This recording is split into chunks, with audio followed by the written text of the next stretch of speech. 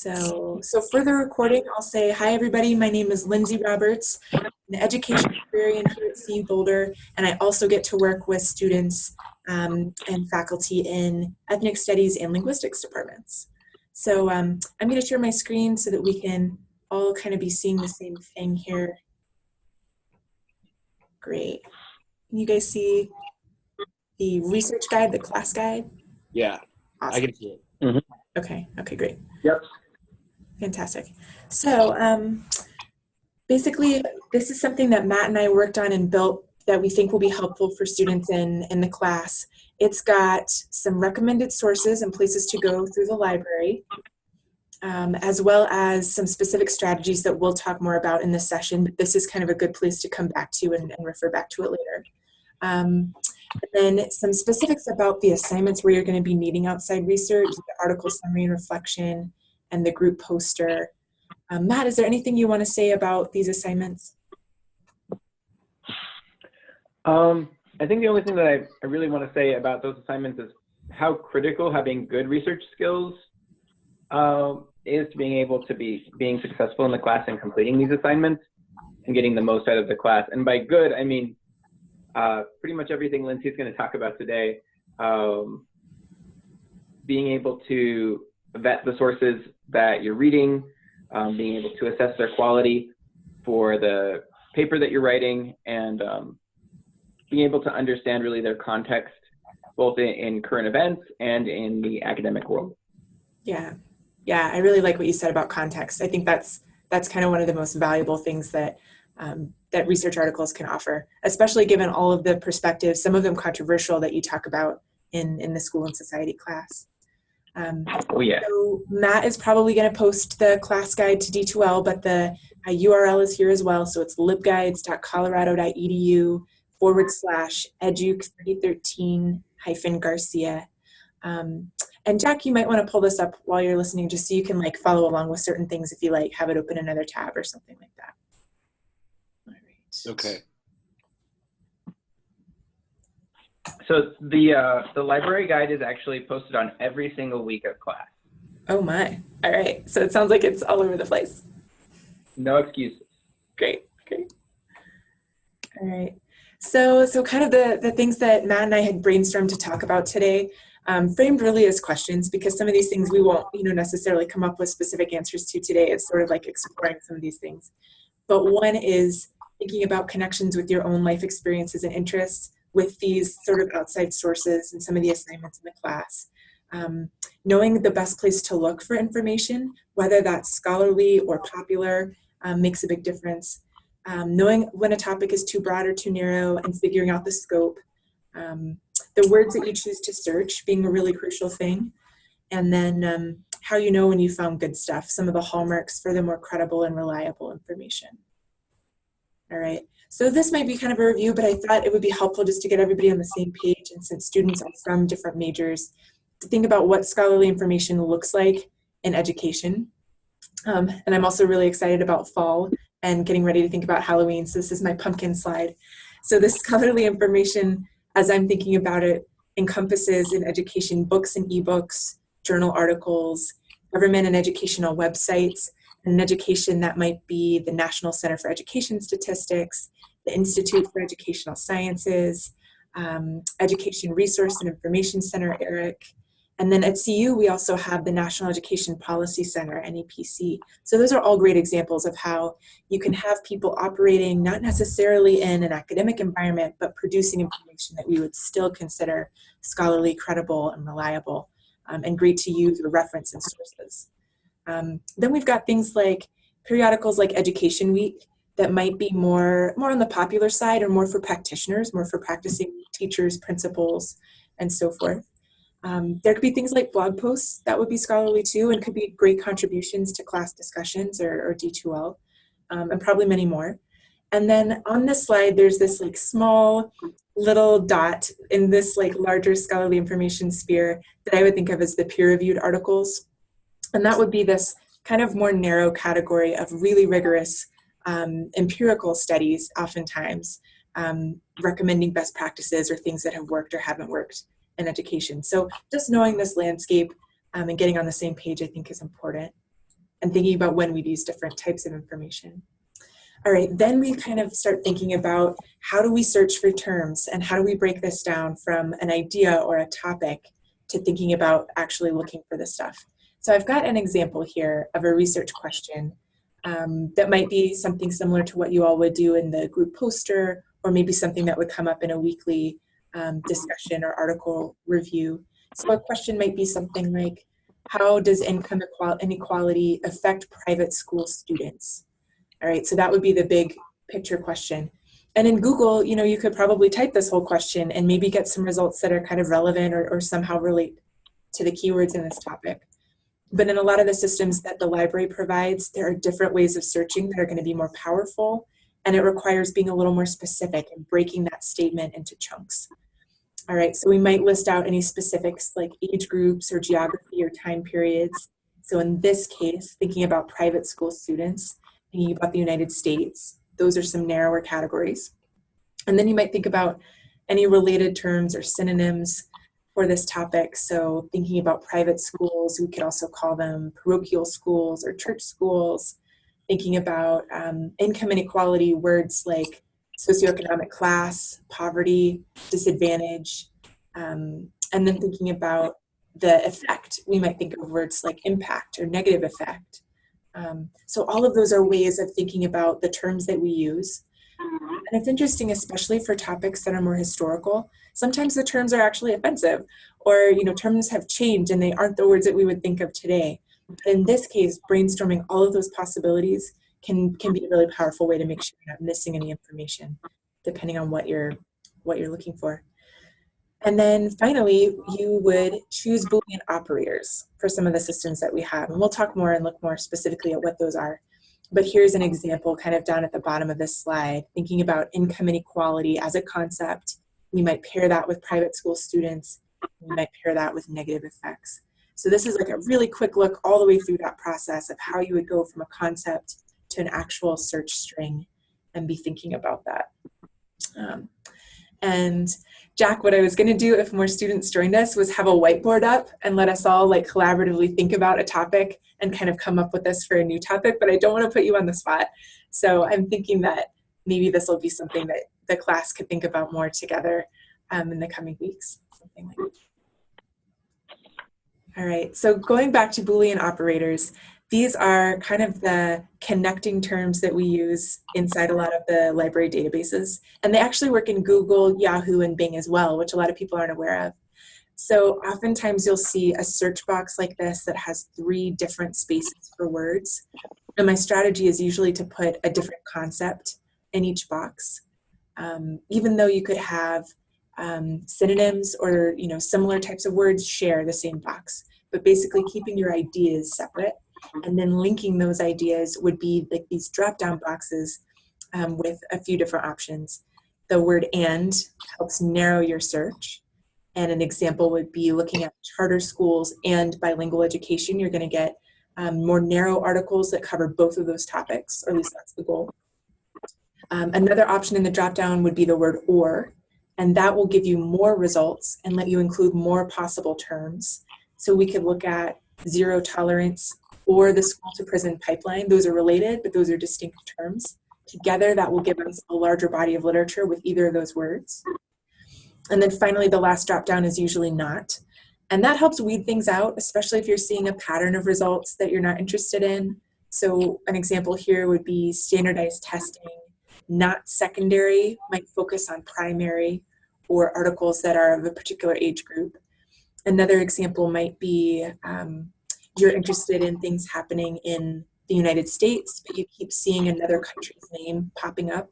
You might look for that topic and say "not that other country." So "not" would be when you're just trying to remove certain results from a string. So these are kind of the basic bones, and there's more fun tricks like this, but these are kind of the ones that I feel like everybody could do with a good grounding in. And then we can actually go out and take a look at what this looks like in one of our databases. So going back to the research guide and the recommended sources, my top favorite for education, and this is going to look really different across your different majors and disciplines in the class. My top favorite for education is called EDUC, which stands for the Education Resource Information Center. There's a free version of this that won't let you get to all of the full text or all of the articles, but this one that we pay for will try to get you the whole article or link out to our other databases as often as possible. So it's pretty powerful. So we're going to take a look at this one. And then many of the others on the list look and behave very similarly. And so you could poke around and kind of try some of those others if topics are more interdisciplinary or focus on one of those sub areas. Okay, so here's what the ERIC database looks like, and it looks really similar to that search screen slide that we saw a second ago. There's more options down at the bottom, but we're really going to focus on the top couple of boxes here today. And a topic that I started with was one from your group posters. I was looking at merit-based pay for teachers. And I put that whole phrase in just to see what would happen. And I only get 8 results back. And so here's where using some of those other strategies, thinking of other terms might be really helpful. And one of my favorite ways to do this is by looking at one of the first couple results and seeing what that detail screen suggests. So in this case, we're getting yellow highlights matching on all of the keywords that it found. And I've got these subject terms like teacher salaries, teacher evaluation, merit pay, teacher employment benefits. These are all great terms that could be good synonyms or related words for merit-based teacher pay. And I can actually add these in to my search. Over on the right-hand side of the screen, I've got a list of words and little checkboxes. So I can actually grab these, all the ones that look relevant, and add them in. I'm going to click search, and it's going to redo the search. I think it may be adding them with the word and. Yep. And that gives me only 5 results because it's narrowed it down even more. It's saying you must have an article with all of these different words. So I'm going to actually change this to or and say, because these are related terms, we could look for any of these words. And that will give us more articles. So we started with 8. We made this change and we got 5. Let's see what we get. Or, wow, now we've got 16,276 search results. That's a ton. And so here's where we could use some other strategies to narrow down once we have a broad scope. Couple of my favorites, depending on whether or not the assignment needs really scholarly information, you have a couple checkboxes to say, I only want peer-reviewed and scholarly articles. So that's one option we can use to narrow down. Let's see how many that gets us down to. That gets us down to 4,300.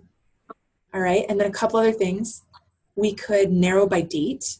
These articles go back to 1978. Interesting and maybe relevant for a historical paper, but if you're looking for more recent stuff, I like 2000 or 2010 to the present, and that will get rid of a lot of things too. That gets us down to 1,200. All right, and then finally we could start thinking about, are there specific facets to this concept? Like maybe we're really interested in thinking about teacher pay in Colorado, and we could add in Colorado to the search, a different concept. And all of these things are sharing this box, but the in this case, the parentheses and the words and or help organize the search. And it really operates like the order of operations in math in terms of how the system will read the search. All right, so with Colorado added in there, we've got 35 results. And this is kind of like my magical happy zone of Goldilocks results. I like to see between 30 and 60 when I'm really focused in on a project. And that's a good challenge to find things that are not too broad and not too narrow, but results that seem relevant enough that you're really interested in looking at them. All right, and just scanning through the list of the ones that come up here, these look pretty good. There are probably some more tweaks that we can make if we wanted to keep going, and this was a really in-depth project. But I think going through this process of showing how you might broaden and narrow is helpful to think about the tools you can use when you're actually searching for projects and topics. All right. Let's see. Then I think the next thing to think about is starting to think about some of the characteristics of really good articles, especially when we're thinking about the scholarly stuff. But even news or blog pieces, more popular pieces, we could kind of have the same critical lens. So certainly some of the basics are authors or experts in their fields or have some credential, some reason why we would listen to them talk about education, right? Maybe they're a school principal, maybe they're a teacher of 40 years experience, or maybe they're a researcher who specializes in this type of education research. Whatever that is, it needs to make sense for the piece and to be credible for the way that you're intending to use that work. If there's a list of references or works cited, always a good thing and a good indicator that it's a scholarly piece, that that's the intent. Thinking about the language, is the piece written for an audience of experts, like some of these reports or peer-reviewed articles, or maybe it's intended more for the general public. One isn't necessarily better than the other, especially in education, but being aware of that audience is something to think about. Vocabulary that's specific to the field would be another indicator. Specific terms related to teaching or student learning or cognition as examples. The articles often have a narrow focus. So I found one called Teacher Evaluation in Colorado, How Policy Frustrates Practice. All right, so that narrow geography, narrow focus and scope. I would expect to see charts, graphs, and tables of numbers in a scholarly piece or a report. If those things were missing or if there were more like glossy magazine photos, that might clue me in that the purpose of that piece is slightly different. Especially when there are nonprofits or think tanks putting out information and recommendations in education. That's something to be aware of. And I would also add to that, being aware of any funding announcements or statements, like this research is supported by, or this report is supported by a certain group. That's something interesting to kind of consider. There could be any bias or any agenda that might be behind that. And so here's a few more kind of things to look for in terms of a peer-reviewed article, unless you might be used to seeing in other majors and other fields. But in education, if it's a research article, you'll often see an abstract, intro, methods, discussion, and conclusion, or similar types of headings like that. And those are good markers that this is a scholarly peer-reviewed article. So I've got an example one that I found that we could take a look at and sort of see if it meets the criteria. So this is called An Examination of Colorado's Teacher Licensure Testing. Came out in the Journal of Education Research in 1999. So it's getting a little bit older.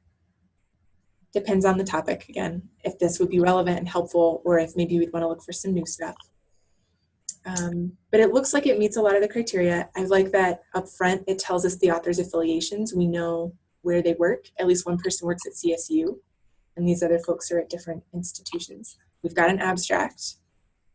If we, oh, here we go. The study was supported in part by a grant from Colorado Commission on Higher Education. So they've got a funding statement. We know how this is being supported. And if we keep going down, we're going to see tables. Here we go. We've got a section called methods. And if we keep going on down the line, we're probably going to see more of those major research categories and probably references at the very end. Conclusions. Yep, lots of references. So this is a pretty good example.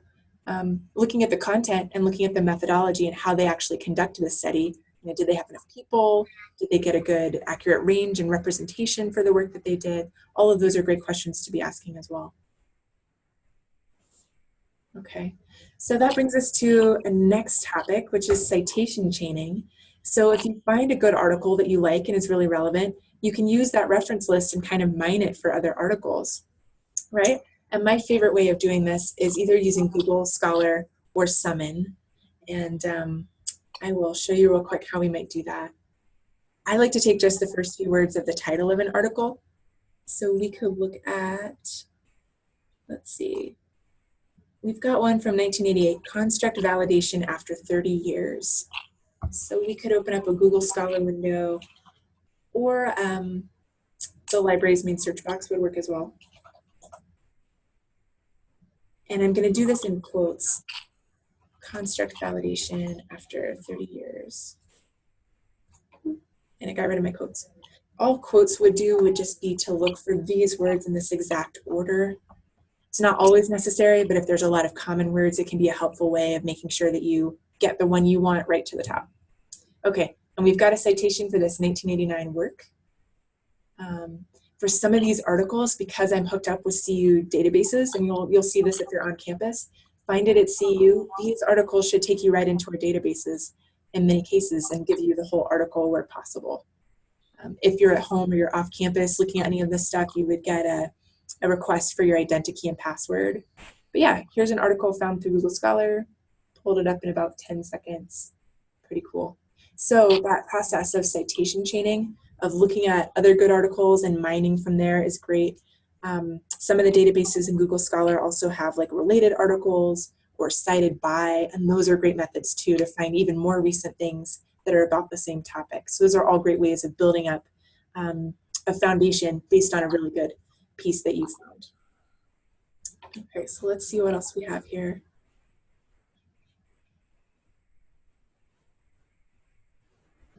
All right, I think the last thing, and then I'll ask Jack if you have any questions, is just ways to get help. So as the education librarian, I'm gonna go to a different window here. As the education librarian, you can certainly reach out to me over email. I have office hours on Wednesdays from 1 to 3 over in the School of Education building. I'm in room 240. But there's also the research desk at Norland Library. You can get walk-up help there during a pretty wide range of hours. And we even have chat options and phone options, of course, too. The chat works mostly during business hours. You can chat with a librarian. It might be me or it might be one of our other staff members who handle other areas, but most people can answer general questions in any of our databases. So lots of different ways if you run up against something, an error in one of the systems, or you have a question about the search terms you're using, we can continue to get help from us. All right, I think that is a pretty good overview of everything. And I was gonna ask students if they watch the video or like Jack participate today, if they'd be willing to fill out this sort of 2-question feedback form that's on the class guide, just to give me a sense of what's helpful about this kind of information for the class, and if we need to make any changes for future semesters. So, Jack, any questions that you have, or Matt, anything that you want to add? I don't think I have any questions. Thank you. Okay. Yeah. You're welcome. The only thing that I would ask is when looking at papers, when looking at journal articles, there's articles like the Lancet's Wakefield paper, which is pretty infamous. That's the autism paper. Yeah. Are you talking about the one where they said that it was due to vaccinations and it turned out to be totally false? Right, and it was cited by everybody. Yeah. So it was a really well cited paper by a known expert, but the research itself was flawed. And so I would just add that we always have to maintain some healthy skepticism and vet our articles and really think about like what the researchers are trying to accomplish with their article. Almost like their intent. I don't know that we can guess their intent and motivations, but we can try to vet the questions that they're trying to answer and the ways that they try to answer those questions. Sure. And do their methods make sense to answer the questions that they're posing? Right. Yeah, I think that's a great point and a great case. And yeah, sometimes the most cited articles are cited because they're super controversial and lots of people are, discounting them, or in this case, completely false research that's still kind of stuck in the public mind. Right. So I just wanted to add that part, but otherwise, Lindsay, thank you so much for holding the session for us today. And I look forward to getting the link to the recording so that I can post it for the class. For everybody else, that sounds great. All right. Yeah. Well, thank you all. Have a great night. And I will stop the recording and start processing that to send over to you, Matt. Thank you so much. Absolutely. Have a good one.